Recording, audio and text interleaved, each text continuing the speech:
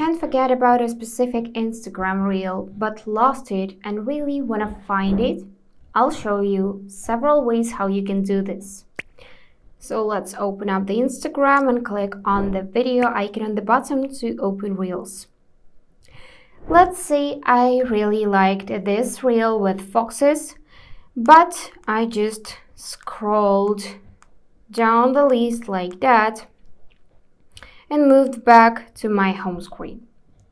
So if you recently viewed this reel and didn't refresh the page, didn't leave the app, and it's been like a couple of minutes, maybe even 30 minutes, but not days, you can just go back to this reel tab and just scroll up like that to move back to this reel with foxes. As you can see, it's working. Now, if you interacted with this content, maybe you liked this video or commented or maybe saved, then what you can do is you can click your profile icon in the bottom right corner, then tap three lines on the top to access settings, and then scroll down to the section Your Activity in the How You Use Instagram tab. Click on that and find Interactions tab.